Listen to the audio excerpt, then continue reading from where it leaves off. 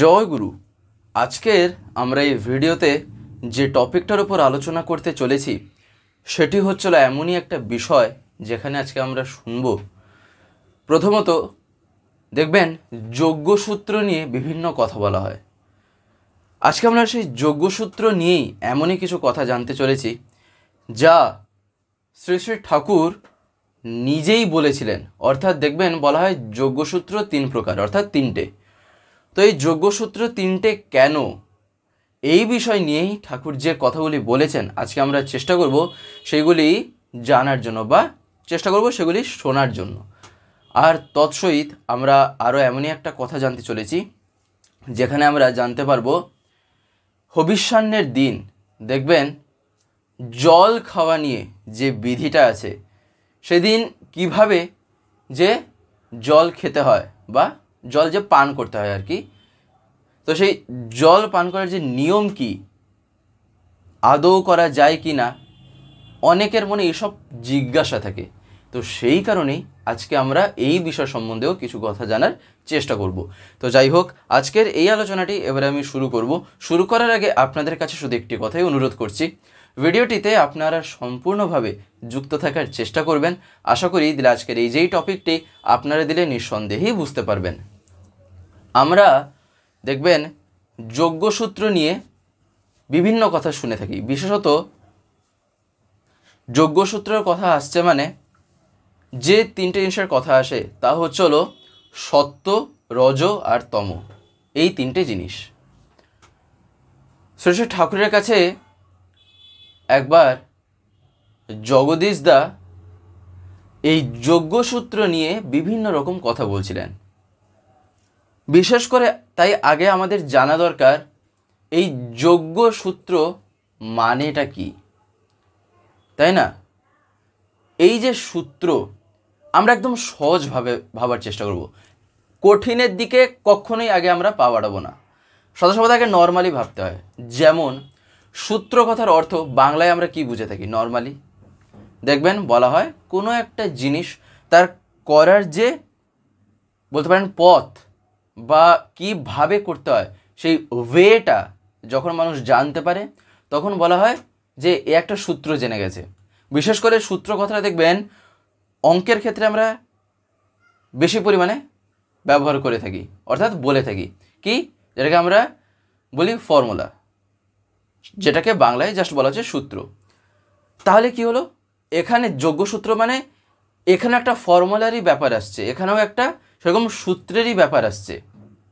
কিন্তু এই সূত্রটা কিসের সূত্র? এটা ছিল যজ্ঞের সূত্র। এইবারে যেটা আসছে তা হচ্ছিল এই যে যজ্ঞ সূত্র, অর্থাৎ সেই যজ্ঞের যে বিভিন্ন রকম যে রাস্তা বা যে ওয়ে বা যে ফর্মুলা, সেইগুলো সম্বন্ধে জানাটাকে বলা হচ্ছে যোগ্যসূত্র সম্বন্ধে মানে ধারণা করা বা বলতে পারেন জ্ঞানার্জন আর কি। তাই এই যে এই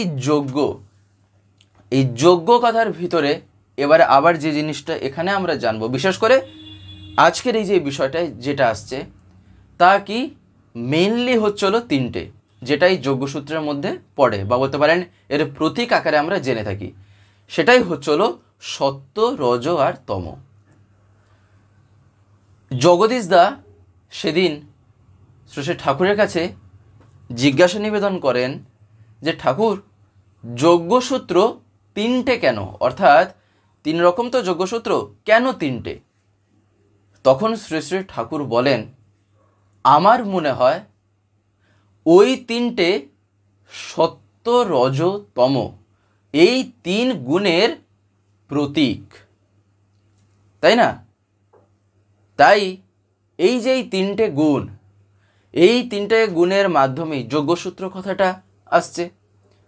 তাই এই গুণই যা আমরা শুনছি, যা আমরা প্রতিনিয়ত এমনকি করেও থাকি, কিছু কিছু ক্ষেত্রে হয়তো জানি না যে কোনটা সত্য, কোনটা রজ, কোনটা তম, কিন্তু করে চলছি। কিন্তু এই শব্দগুলো শুনলেই যেন মনে হয় মানে মাথার উপরে একটা বিশাল একটা বাজ পড়ার মতন একটা ব্যাপার মনে হয়, তাই না? তার কারণ শব্দগুলো শুনে যে ব্যাপারটাকে মাথায় আসে দেখবেন একদম যেটা ফ্যাক্ট ওটাই বলতে পারেন চেষ্টা করছি। কথাগুলো শুনলেই মনে হয় এ একদম আধ্যাত্মিক জগতের কথা, একদম স্পিরিচুয়ালিটির জগতে আমি চলে গেলাম, তাই না? আর এই স্পিরিচুয়ালিটি নিয়ে এর আগেও আমরা বহু কথা শুনেছি, আরও আমরা শুনবো পরে, কিন্তু যতটুকু যা জেনেছি তা কি না, তা হলো আধ্যাত্মিকতা বলতে যেখানে একটা কারণের ব্যাপার আসছে, একদম শর্টে বলার চেষ্টা করছি, যেখানে একটা কারণের ব্যাপার আসছে ঠাকুর বলছেন সেখানেই স্পিরিচুয়ালিটি বলতে পারেন অবস্থান করছে, আধ্যাত্মিকতা থাকছে, যে কোনো জায়গায় যখন আমি কারণ নিয়ে কথা বলছি। আর তাহলে এবারে ভাবেন, এই যে সত্য রজতম, ধরা যাক এগুলো তার মধ্যে যদি বা চলে আসে, তাতে ক্ষতিটা কোথায়? সেই তো আমার নর্মাল জীবনে যেমনভাবে আমি কাটিয়ে থাকি সেই রকমভাবেই তো আমি এগুলোকেও পালন করছি। শব্দ শুনে মনে হচ্ছে একটা বিশেষ বুঝি একটা এমনই কিছু যা জীবনে আমি কোনোদিন করতে পারবো না, বিশাল বড় জিনিস, খুবই মানে জনম জনম লেগে যাবে বুঝি করতে, এরকম আমি কেন ভাবতে যাব? ঠাকুর তো বলেননি। ঠাকুর বলছেন ব্যাপারটাকে আরও কত সহজে বোঝাতে পারে সেই রকমভাবে জানার জন্য, তাই না? যেমন দিয়ে শ্রী শ্রী ঠাকুর এইখানে যেমন বলছেন কোনো গুণই কিন্তু ঠাকুর বলছেন ফেলবার নয়, অর্থাৎ ফেলে দেবার মতন কোনো গুণই কিন্তু এগুলি না।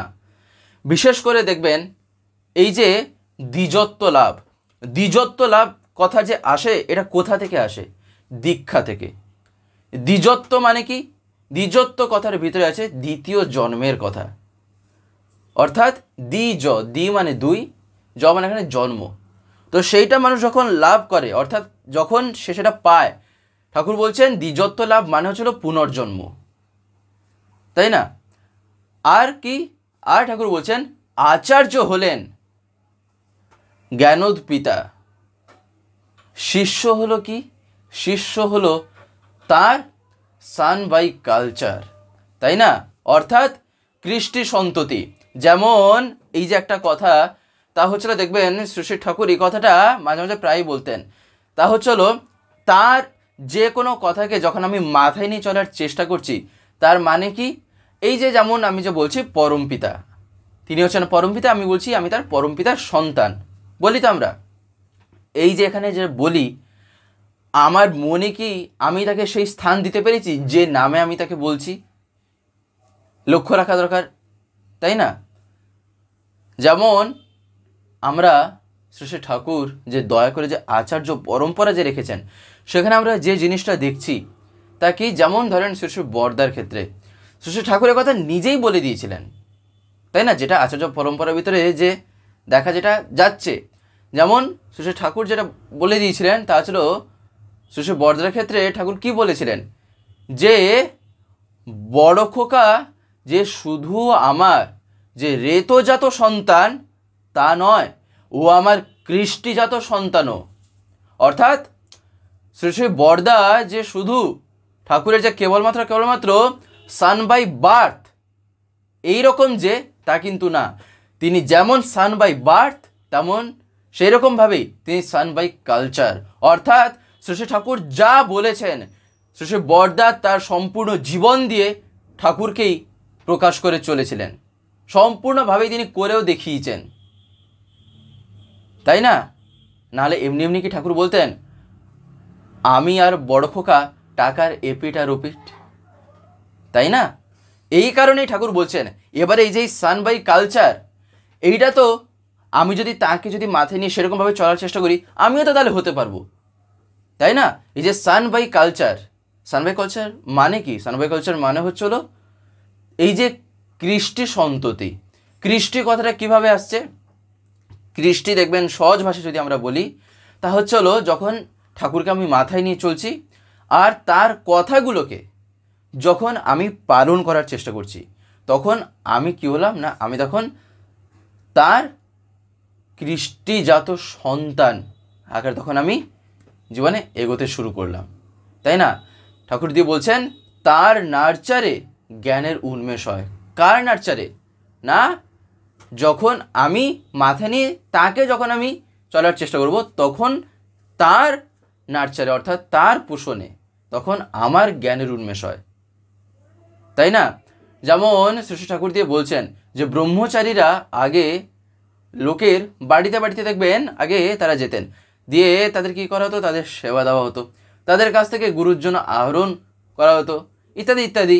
যেমন খড়ি ফাটতো, কৃষি করতো, এই যে এইভাবে তারা জীবনের যে বাস্তব দায়িত্বগুলি যে উদযাপন করার মতো শিক্ষায় কি হতো, শিক্ষিত হতো। তো সঙ্গে সঙ্গে তার সাথে আরও অনেক কিছুই চলতো।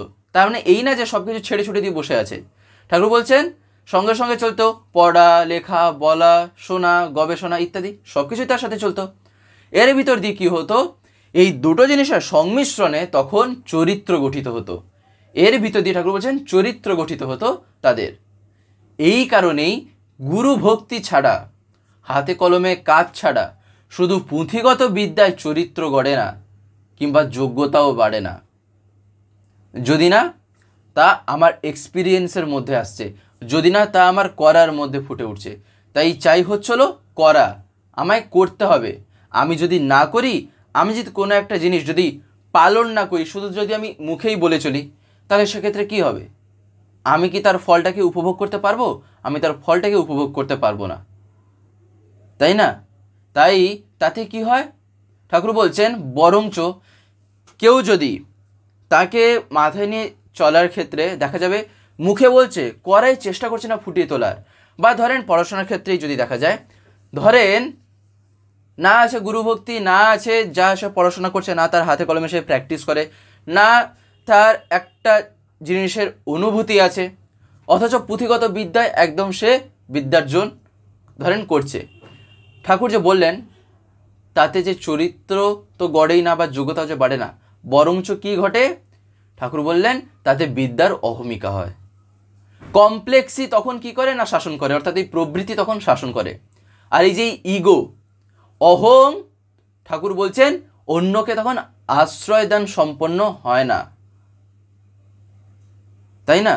তাই সেই মুহূর্তে কি হয়, তারা মানুষ নিয়ে চলতে পারে না। কিন্তু যদি গুরু ভক্তি থাকে, গুরু ভক্তি মানে কি কথাটা জানতে হবে। গুরু কথার মানে হচ্ছে হলো যিনি আমায় অন্ধকার থেকে আলোর পথে নিয়ে যান, তিনি হচ্ছেন আমার জীবনের গুরু, তাই না? এবারে তিনি যখন আমার জীবনে গুরু হলেন, তখন কি হলো, আমি তাকে সম্পূর্ণরূপে অনুসরণ করার চেষ্টা করছি।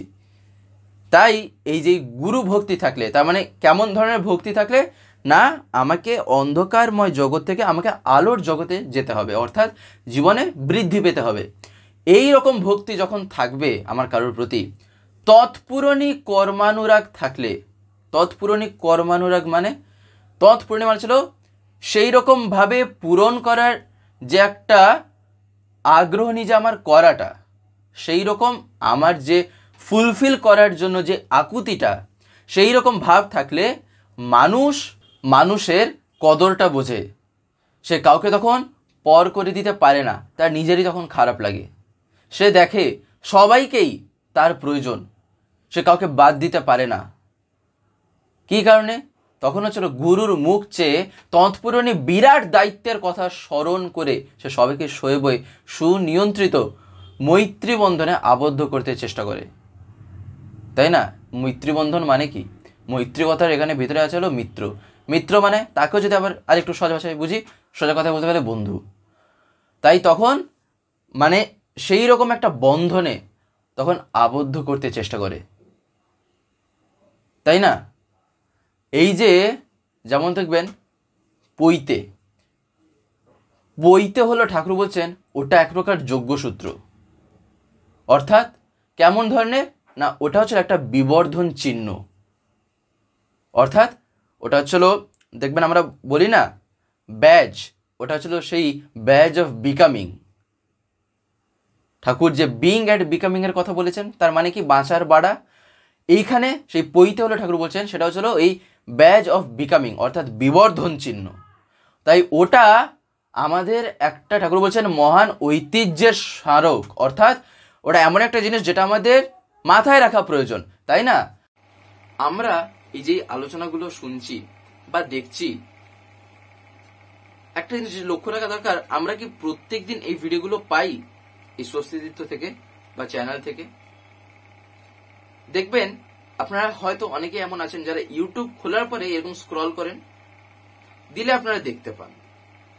কিন্তু আপনাদের যদি ডেলি তার কথা শুনতে হয়, প্রত্যেক দিন যদি শুনতে হয় পরমপিতার কথা বা বিভিন্ন ঘটনা বা দর্শনের উপর আলোচনা, তাহলে আপনাকে তো চ্যানেলটাকে সাবস্ক্রাইব করে রাখতে হবে।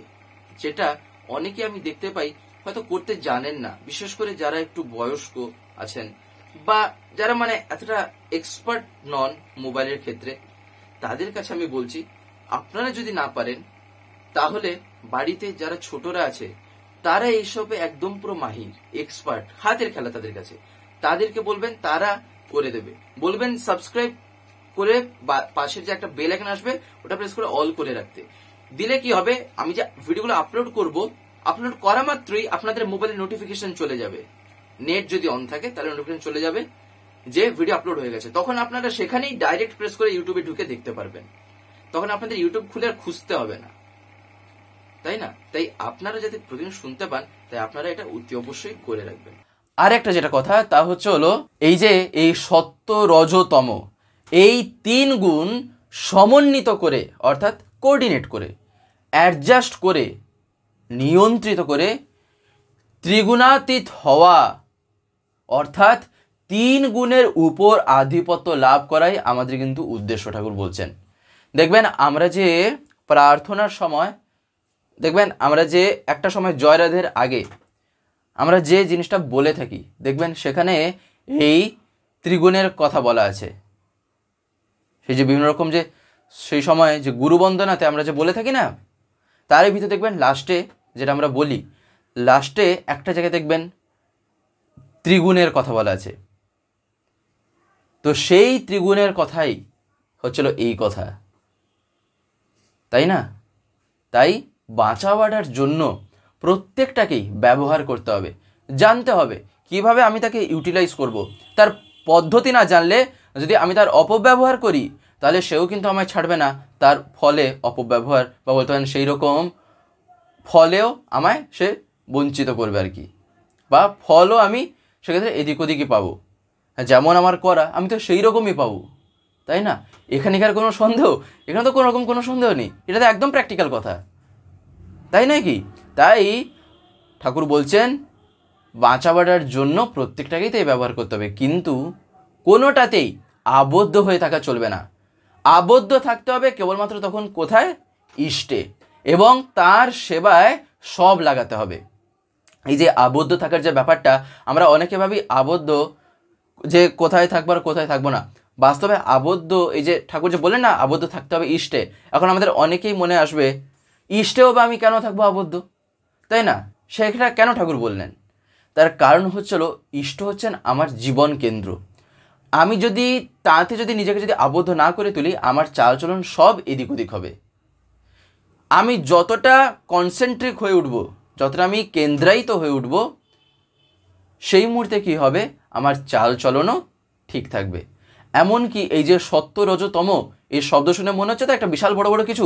ঠাকুর বলছেন যখন কেউ ইষ্টকে মাথায় নিয়ে চলে, তার ভিতরে যে কখন কি গুণ যে ঢোকে, মনে হচ্ছে ঠাকুর বলছেন এই ত্রিগুণের উপরেও যদি কিছু থাকে তাও যেন মনে হয় ইষ্টকে যখন মাথায় নিয়ে আমরা চলি, তখন সেই জিনিসও মানুষের ভিতরে মানে কিভাবে যে কি ঢুকবে কেউ কিছু বলতে পারবে না, যদি কিছু তার উপরে যদি থাকে, তাই না? তার মানে কি?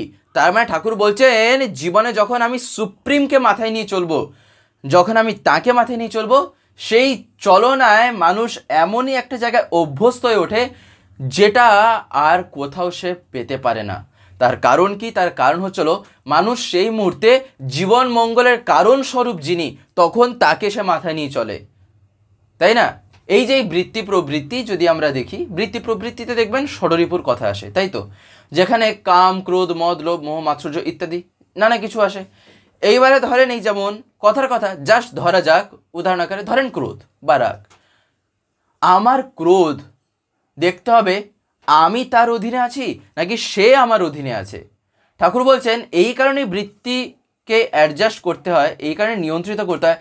তার কারণ আমি যদি সদা সর্বদা যদি ক্রোধ বা রাগে যদি আমি থাকি, লোকে হয়তো বুঝবে না যে কেন আমি করছি, কিন্তু সম্পর্কটা আমার তার সাথে তখন খারাপ হবে, তার সাথে আমার ভালো যে একটা সম্বন্ধ ছিল সেটাও নষ্ট হয়ে যাবে। তার কারণ কি? তার কারণ হচ্ছে হলো খুবই রেয়ার দেখা যায় যে কেউ হয়তো বকাঝকা করছে, কেউ হয়তো কাকে বসে বসে বকছে, তাও সে তার ভাবটাকে বুঝে যে সইতে পারছে, বইতে পারছে, এরকম খুবই রেয়ার দেখা যায়।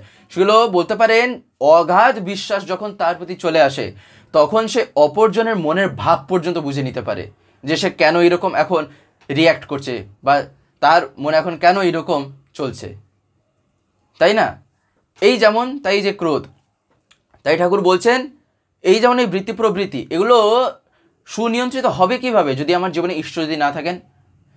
এমনকি এই যে সত্য রজতম, এই যে যজ্ঞসূত্রের কথা যে আমরা শুনছি, ঠাকুর বলছেন সত্য রজতম যখন মানুষ তার জীবনে ইষ্টকে পায়, তখন আপনা থেকে এগুলো তার মধ্যে তখন আস্তে আস্তে সঞ্চারিত হয়ে যায়, আপনা থেকে তখন ইম্পার্ট হয়। তার কারণ ইষ্টের মধ্যে এমনই গুণাবলী আছে যার কারণেই তো আমি তাকে জীবনে ধরে চলছি, তাই না? এবারে শ্রী ঠাকুর দিয়ে বলছেন, তাই সত্যগুণ বলতে আমি বুঝি ডিভাইন এনথুসিজম বা ইষ্টোৎসাহ। অর্থাৎ ইষ্টোৎসাহ বলতে ইষ্টের প্রতি যে উৎসাহ, সেটাই হচ্ছিল ইষ্টোৎসাহ। সেটাকেই বলা হচ্ছে, ঠাকুর যেটা বলেন, ডিভাইন এনথুসিজম। ঠাকুর বলছেন স্টার্ট দেওয়ার মোটর যেন গুম গুম করে করছে, ভিতরে অফুরন্ত তার চলার শক্তি। সত্যগুণী মানুষ যদি বসেও থাকে, তার ভিতর দিয়ে উৎসাহ বিকিরণ করে। রজ মানে কি? রজ মানে হচ্ছে হলো অ্যাক্টিভেটিং আর্জ, অর্থাৎ কর্মানুরঞ্জনা, অর্থাৎ সে কর্মের ভিতর দিয়ে রঞ্জিত করে তুলছে। আর তম মানে কি? তম মানে হচ্ছে হলো ইগনোরেন্স, অর্থাৎ অজ্ঞতা। তাই সত্য রজ তম, দেখেন কথা এই যে মানেগুলো জানলাম, ঠাকুর কি বলেন? সত্য কথার ভিতরে ইষ্টোৎসাহ আছে, রজ কথার ভিতরে কর্মানুরঞ্জনা আছে, তম কথার ভিতরে অজ্ঞতা আছে। এইবারে ভাবেন তো, এই শব্দগুলোর মিনিংগুলো একেবারে পরপর চিন্তা করি, তাহলে দেখবেন ব্যাপারটা কত নর্মাল লাগছে। তখনই বোঝা যাবে যে কেন তাহলে এবারে ইষ্টের প্রয়োজন, তাই না? এই কারণেই প্রয়োজন, দিলে দেখবেন জীবন আপনা থেকেই মধুময় হয়ে উঠবে। আমি চাইছি যে জীবনে আমি কীভাবে শান্তি থাকবো, কীভাবে সুখে থাকবো, অথচ জীবনে যিনি বাস্তবে শান্তির মুহূর্ত প্রতীক, তাকে যদি আমি জীবনে না ধরে চলি, তাহলে আমার জীবনে কোন দিক দিয়ে শান্তি আসবে? কেউ কি জাদু করতে পারবে, নাকি কেউ ম্যাজিক করতে পারবে? ম্যাজিক বলে আদৌ কি কিছু হয়? হয় না। যে বাস্তবে জাদু দেখায়, জাদুকর যে, তারও কিন্তু জানা আছে সেই লজিকটা। সে যদি লজিকটা না জানে, সে কখনো ম্যাজিকও দেখাতে পারবে না। দর্শকের কাছে তা ম্যাজিক কেন হয়ে ওঠে? দর্শক সেটা ধরতে পারছে না বলেই, দেখতে পাচ্ছেন না বলেই যে হ্যাঁ এটা কেমনভাবে হলো, সেই কারণে সেটা তার কাছে ম্যাজিক। কিন্তু যে ম্যাজিশিয়ান, তার কাছে তো এটা লজিক, তাই না? কত ইন্টারেস্টিং দেখেন। এই কারণে ঠাকুর বলতেন জীবনকে এই কারণে উপভোগ করতে হয়। তার কারণ হচ্ছে হলো, জীবন যদি আমি ইষ্টে কেন্দ্রায়িত করে তুলি, তখন এই সব জিনিস খুবই একটা নর্মাল হয়ে যায়, খুবই নর্মাল হয় সেক্ষেত্রে, তাই না? তখন জীবনটাকেও খুবই আনন্দ সহকারে কাটানোও যায়। আর একটা যে কথা, তা হচ্ছে হলো হবিষ্যান্ন নিয়ে। হবিষ্যান্নে দিন এই যে আমরা জল খাওয়া নিয়ে যে বিভিন্ন রকম কথা যে শুনে থাকি, সেখানে যে জিনিসটা বলা হয়, জল খাবার যে বাস্তবে সেই দিনের জন্য যে বিধিবিধান, তা কি না, সেখানে দেখবেন যে জিনিসটা বলা হচ্ছে সেটা আমি আপনাদের বলছি। তা হচ্ছে হলো, নেহাত যদি তৃষ্ণাবোধ হয়, তাহলে সেক্ষেত্রে বলা আছে অপারগ পক্ষে কিন্তু জলগ্রহণ করা যেতেই পারে। অর্থাৎ ধরেন কারোর শরীর খারাপ, তার হয়তো জলের প্রয়োজন, হয়তো ওষুধ খাচ্ছে, তাহলে কি আমি তাকে জল দেবো না? তাই না? এই কারণে বলা হয়েছে যে নেহাত তৃষ্ণা বোধ করলে কিংবা অপারগ পক্ষে, এই যে অপারগ পক্ষ মানে কি, এই কারণেই তো বলা, তার কথা মানে সব দিকে চিন্তা করেই বলা, তাই না? এই কারণে বলা হয়েছে নেহাত যখন তৃষ্ণাবোধ হচ্ছে বা অপারগ পক্ষে জল গ্রহণ করা যেতেই পারে, সেক্ষেত্রে কিন্তু কোনো রকম নেই। তার কারণ শ্রী ঠাকুরের দেখবেন প্রত্যেকটা জায়গাতে আমরা যে কথা শুনছি, কি কথা? জীবনের কথা। তাহলে ভাবেন তো, কখনো কি এরকম কোনো কথা হতেই পারে যা জীবনটাকে আমার কষ্ট দেবে বা আমার জীবনটাকে সেরকম করবে, তাই না? এই কারণেই বলা হয়েছে যে জলগ্রহণ করা যেতেই পারে, তবে নেহাত তৃষ্ণাবোধ বা অপারগ পক্ষে সেক্ষেত্রে জলগ্রহণ করা যেতে পারে। না হলে যদি কেউ সেরকমভাবে মেনটেন করতে পারেন যেটা হবিষ্যান্নের বিধিবিধান আছে, তাহলে কেন করবে না, তাই না? করাই যেতে পারে। আমাদের একটা নতুন চ্যানেল খোলা হয়েছে, যার নাম হচ্ছিল স্বস্তি পিওর ভেজ। অনেকেই অবগত আছেন বা অনেকে হয়তো জানেন না, যারা যারা নতুন নতুন দেখছেন, তাই জন্য আমি বলছি। সেখানে সম্পূর্ণ নিরামিষ খাদ্যাদি আপলোড করা হয়। এই ইউটিউবে চ্যানেল আছে, দেখবেন স্বস্তি পিওর ভেজ। এমনকি ডেসক্রিপশনে আমি তার লিঙ্কও দিয়ে রেখেছি সেই চ্যানেলে।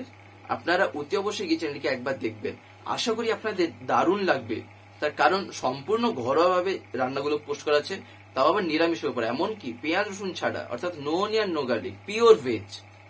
আপনাদের ভালো লাগবে, তাই আপনারা অতি অবশ্যই গিয়ে দেখবেন। এবং যদি ভালো লাগে তাহলে চ্যানেলটিকে অতি অবশ্যই সাবস্ক্রাইব করে পাশে বেল আইকন প্রেস করে অল করে রাখবেন। তো যাই হোক, আজকের এই ভিডিওটা এবার আমি এখানেই শেষ করব। শেষ করার আগে আপনাদের কাছে একটি কথাই বলবো, যদি আজকের এই ভিডিওটা আপনাদের ভালো লেগে থাকে তাহলে একটি লাইক করে দেবেন, সবার ভিতরে শেয়ার করে দেবেন, কেমন লাগলেও নিচে একটি কমেন্টে লিখে জানাবেন। আর যদি চ্যানেলটিকে এখনো সাবস্ক্রাইব করে না থাকেন তাহলে অতি অবশ্যই চ্যানেলটিকে সাবস্ক্রাইব করে পাশে বেল আইকন প্রেস করে অল করে রাখতে একেবারেই ভুলবেন না, আরও এরকম বিভিন্ন নতুন এবং ইন্টারেস্টিং ভিডিও সবার আগে পাওয়ার জন্য। জয় গুরু, বন্দে পুরুষোত্তম।